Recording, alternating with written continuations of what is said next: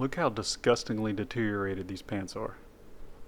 That's from the MEZCO 112 Mutant Leader from the Dark Knight Returns 2-pack.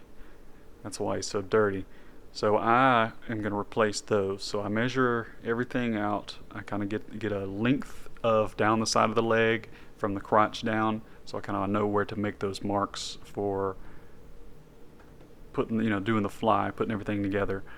And then I go around the waist and I take half of the waist, so I can do one leg, and you split that, double it.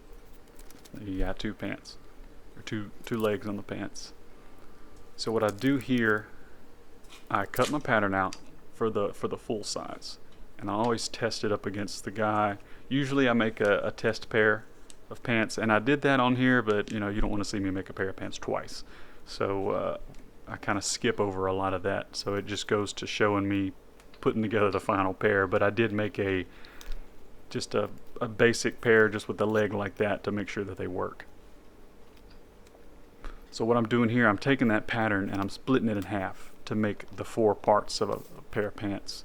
So if you look at any pair of pants in your closet, there's one for the front and the back of each leg. So there's essentially four parts. And you can see here that I extend out the sides of a little bit from what I've measured. That's what's called a seam allowance, which gives me room to make a stitch and put the things together without them shrinking.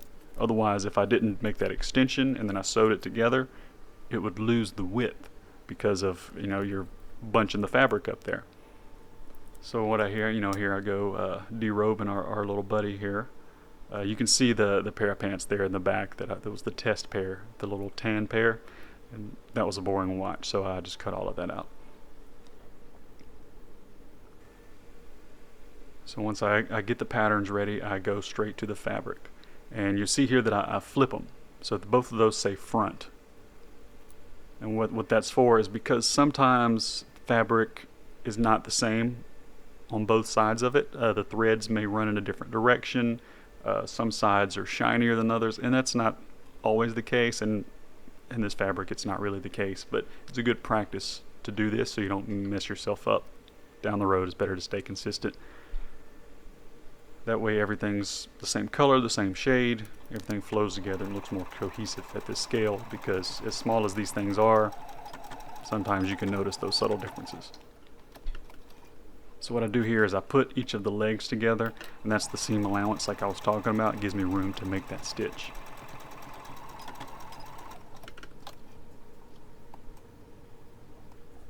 So here I go to my iron. What you do when you're making, it's called a top stitch, is you take where you just sewn together and you flatten it out. That way it's that one original shape that the pattern was earlier, and then you run one down the top on the top side. It's called that's why it's called the top stitch, and that's just to give it more of a realistic look. So you see there that seam down the middle on top of the seam that we just did. So if you look at most of your pants in your closet, most of those probably have a top stitch. Shirts have them, shorts, everything like that. So it's just give it a little more realistic of a look. So then to put them together, I sew at the crotches first, and then you open it up and then sew up the leg like I'm doing here, and that puts everything together. I just want to make sure that all of my little pieces line up. That's why you see me stop and double check there throughout.